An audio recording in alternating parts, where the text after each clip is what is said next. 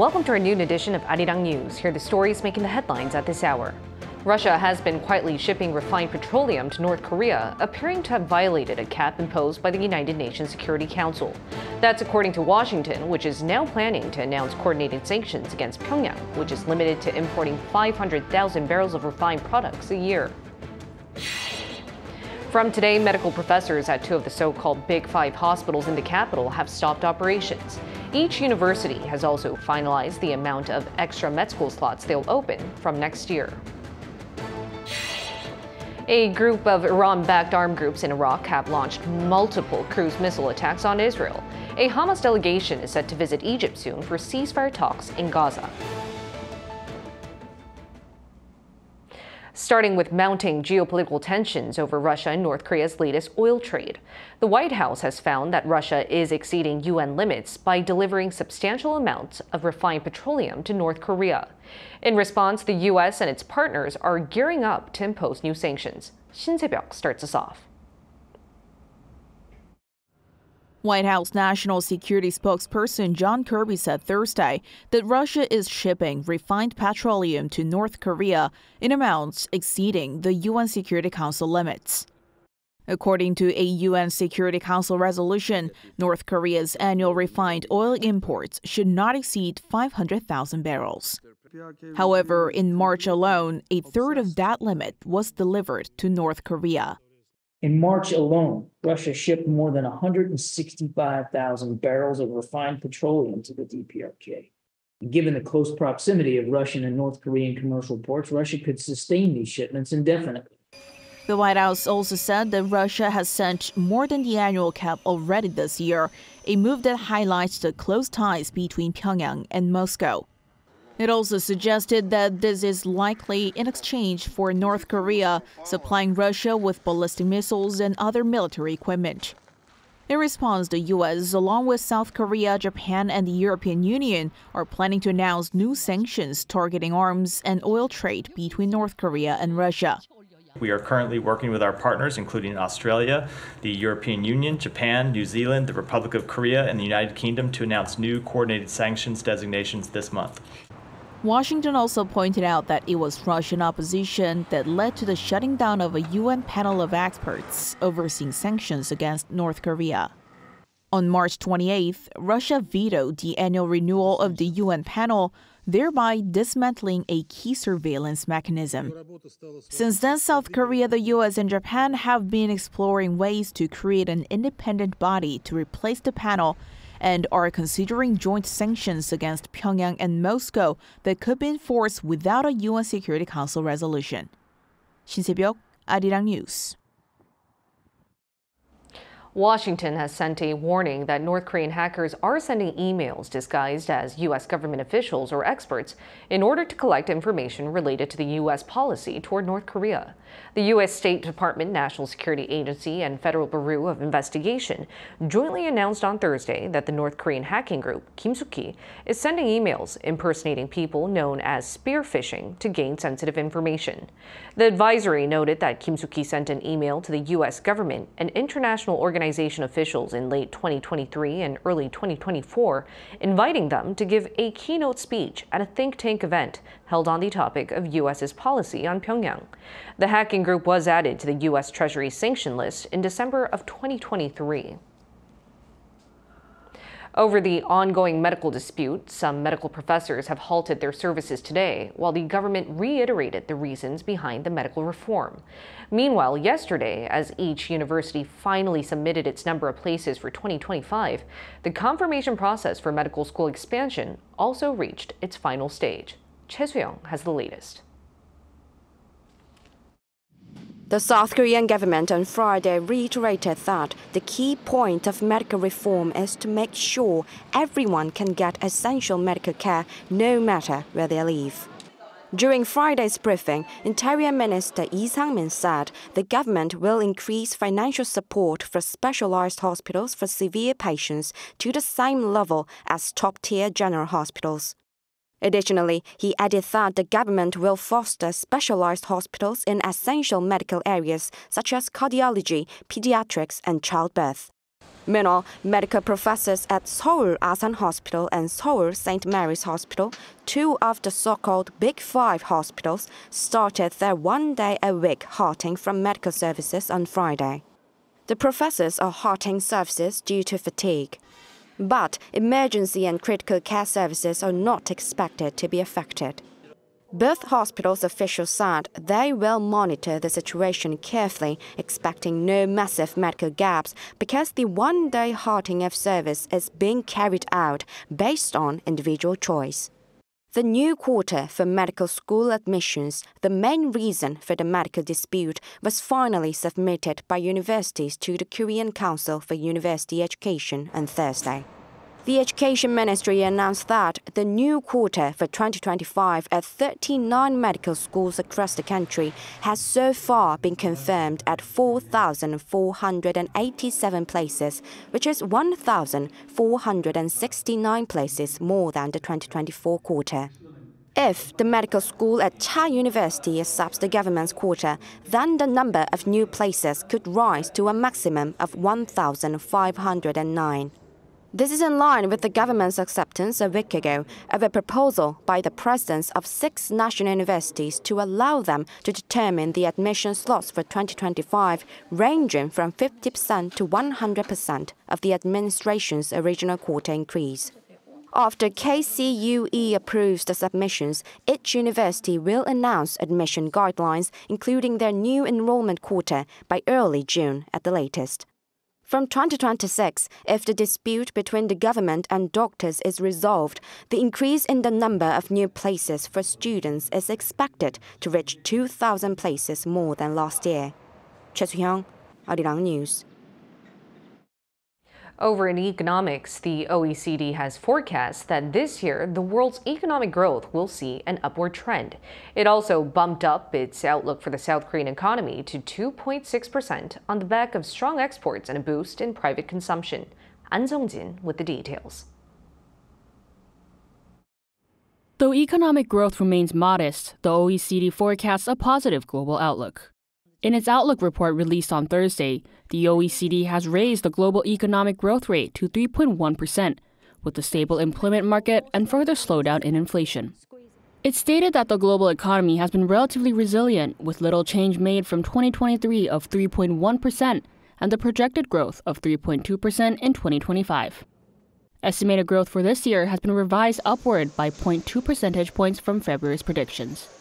Though development differs from country to country, developing countries, as well as the U.S. in particular, have shown stable growth. The OECD has raised the growth projection for the U.S. by 0.5 percentage points to 2.6%. For Europe, it remains sluggish as the energy crisis drags on. It still stressed that uncertainties remain due to geopolitical risks, extended high inflation for some countries, and the possibility of a sluggish recovery in the Chinese economy. As for South Korea, the OECD has raised its economic growth rate for 2024 to 2.6%, 0.4 percentage points higher than February's outlook. The presidential office elaborated on the country's upward revision. This is largely due to a strong performance in major industries, such as semiconductors, and a better-than-expected recovery of private consumption. He also added that the growth rate is the highest among G20 countries with a per capita income of over $20,000. The OECD provided further recommendations for the need for structural reforms, especially in pensions to respond to the rapidly aging society, and also suggested innovation in regulations to further support small and medium-sized businesses. An Sung-jin, Arirang News.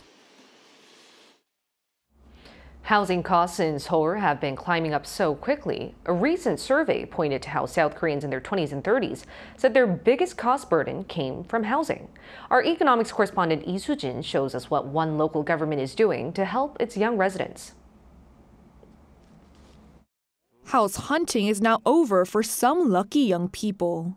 The local government of Seoul's Dongjaku district is renting out 36 units in this studio apartment complex for just 10,000 won, or around $7 a month.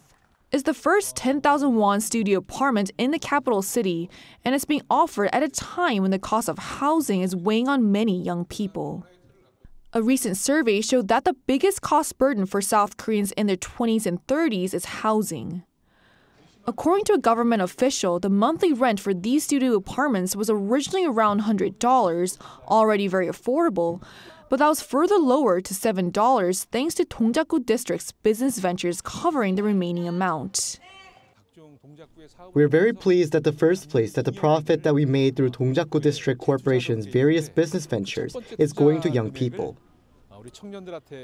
And the local government is also planning to offer larger studio apartments at this price for married couples as well in the future.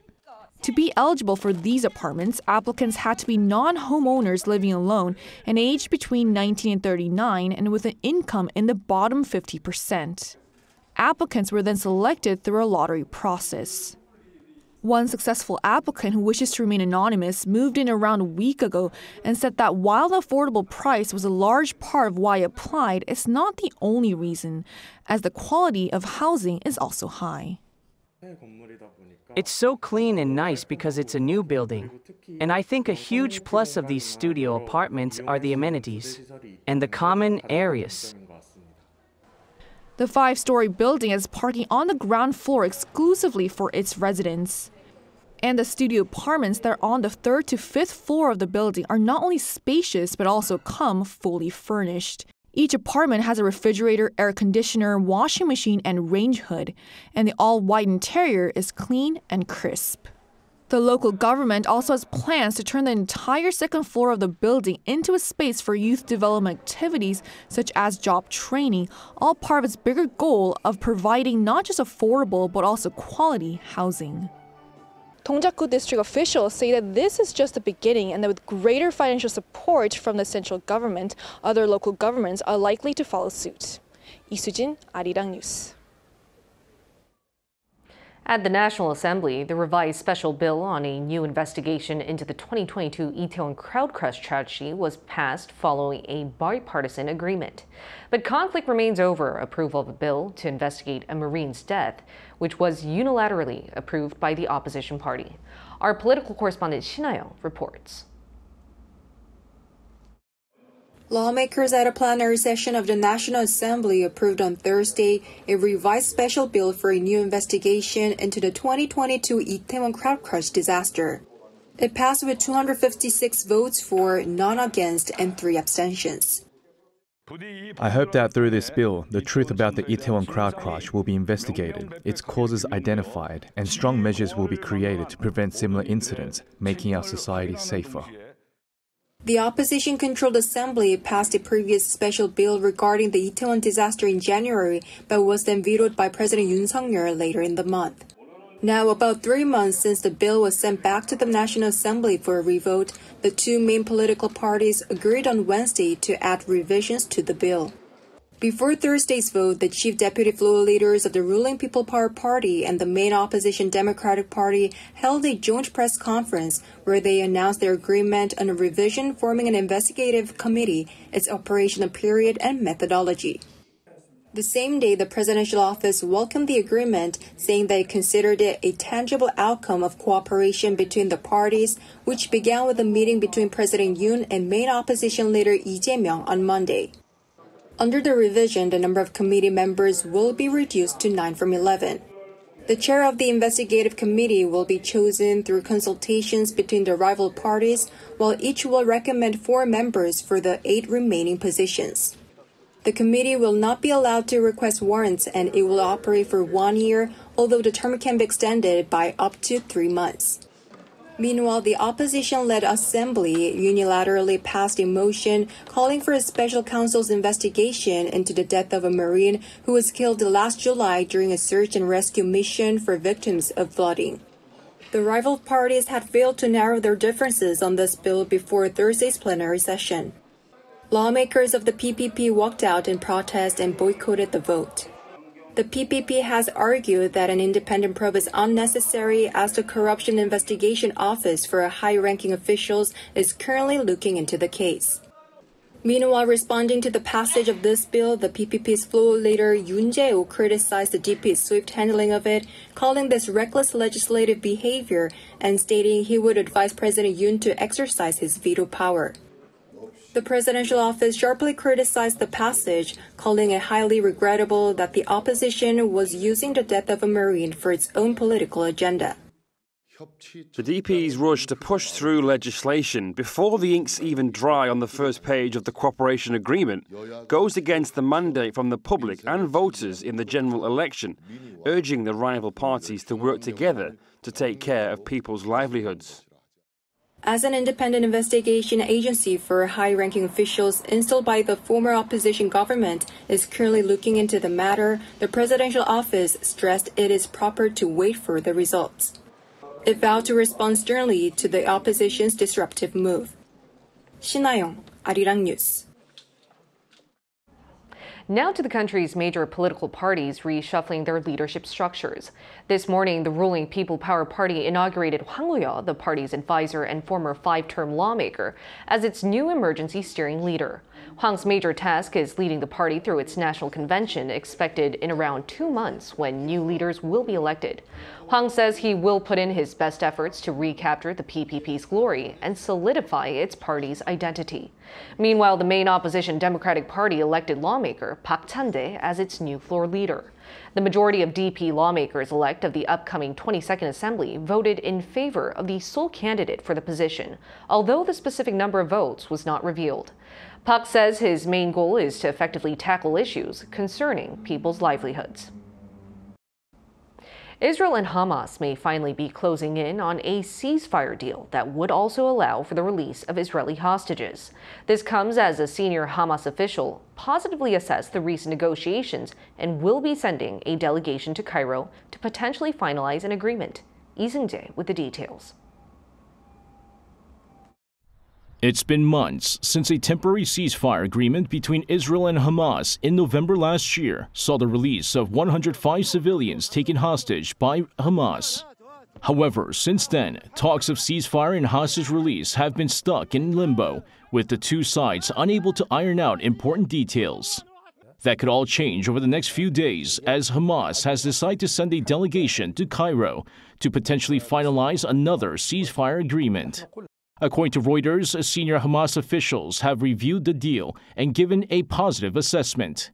While specific contents of Israel's proposal have not been made public, the Wall Street Journal reported that once an Israeli hostage-Palestinian detainee exchange is concluded, it would be followed by a 10-week ceasefire.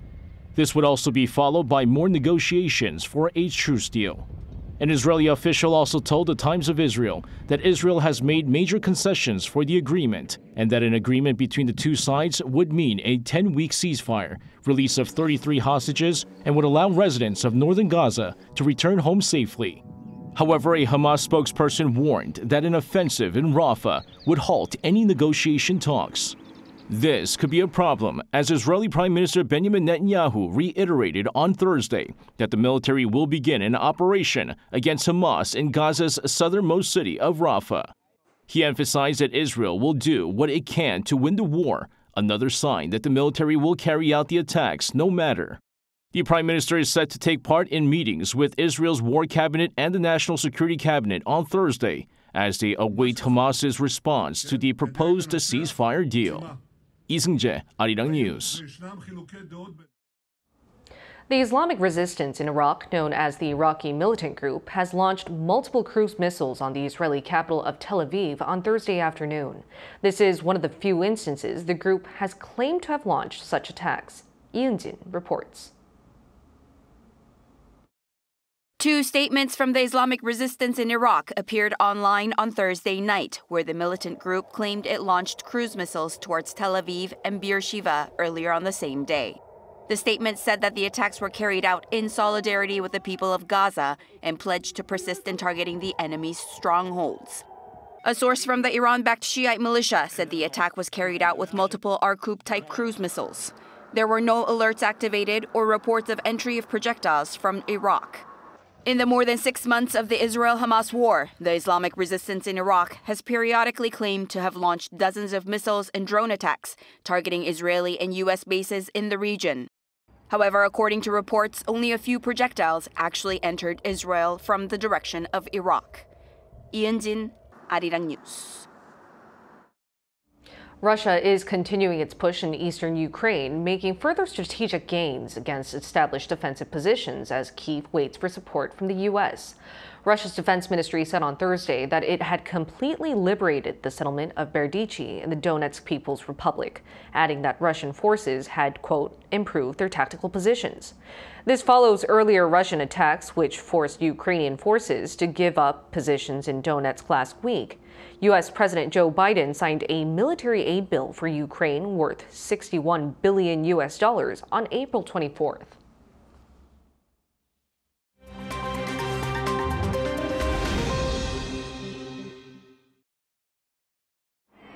Let's take a look at the latest news in the world now. We begin today in the US, where hundreds of police officers in riot gear cracked down on a pro-Palestinian protest camp at the University of California, Los Angeles. Thursday's pre-dawn police crackdown resulted in the arrest of more than 100 demonstrators on campus.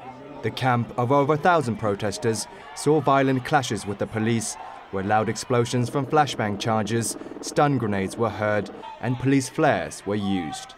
The officers dismantled the encampment, tearing down the makeshift barriers and arresting protesters. While the protesters cried peaceful protest, US President Joe Biden said that vandalism, trespassing, forcing the cancellation of classes and graduations, none of this is a peaceful protest. UCLA announced limited campus operations on Thursday and Friday, switching all classes to remote instruction. The European Union announced Thursday an aid package for Lebanon worth just under $1.1 billion to support the country's faltering economy and security forces, as well as to prevent illegal migration. Much of the funds are expected to be used to strengthen border controls to prevent the flow of asylum seekers, illegal migration, and people smuggling into the European Union. Speaking in Beirut, EU Commission President Ursula von der Leyen said that Europe understands the challenges Lebanon faces and will maintain legal pathways for the resettlement of refugees. Lebanon's Prime Minister, Najib Mikati, welcomed the aid, saying that Lebanon's security is security for European countries and vice versa. The deal, which ends in 2027, follows similar funding for Egypt, Tunisia, and Mauritania to fortify their borders. In China, a section of an expressway in Guangdong province collapsed on Wednesday, killing at least 48 people and injuring 30.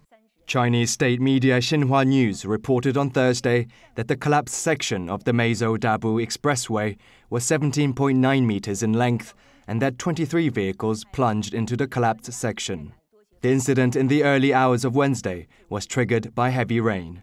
Meizhou city officials said on Thursday that 577 emergency workers and more than 80 rescue vehicles were dispatched to the site, but reported difficulties as landslides had buried some of the fallen vehicles deep in the mud.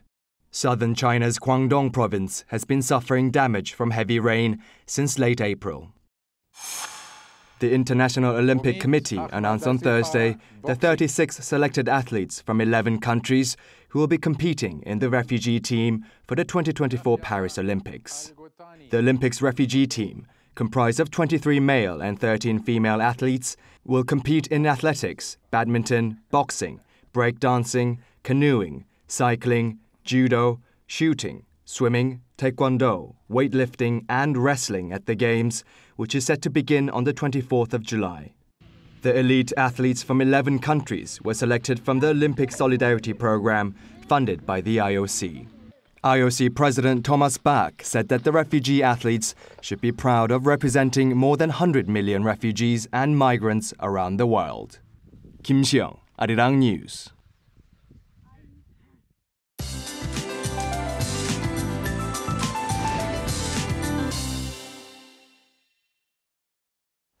Good afternoon.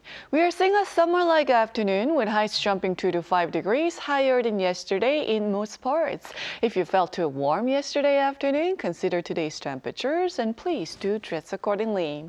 Seoul and Chuncheon should get up to 29 degrees this afternoon, but it's nice and sunny on Jeju and Busan at 21 and 22 degrees respectively. Strong sunlight will boost UV levels nationwide, but air quality will be normal all day. Now to the 3-day weekend weather forecast.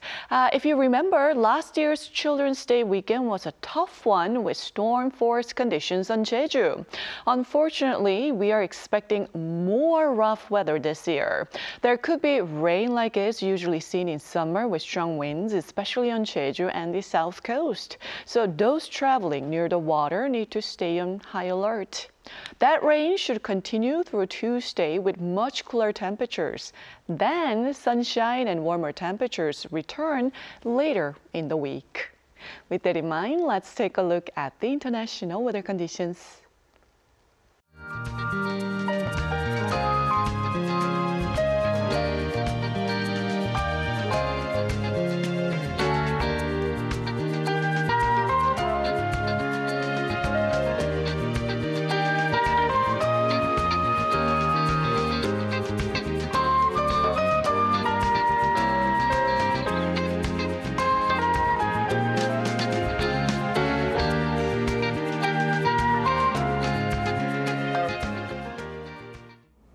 That's all I have for you. Today is the last time I will sign off for our noon edition of Arirang News. Thank you for joining us live every day to hear the latest stories in Korea and around the world. Arirang News will bring you more updates at the same time next week.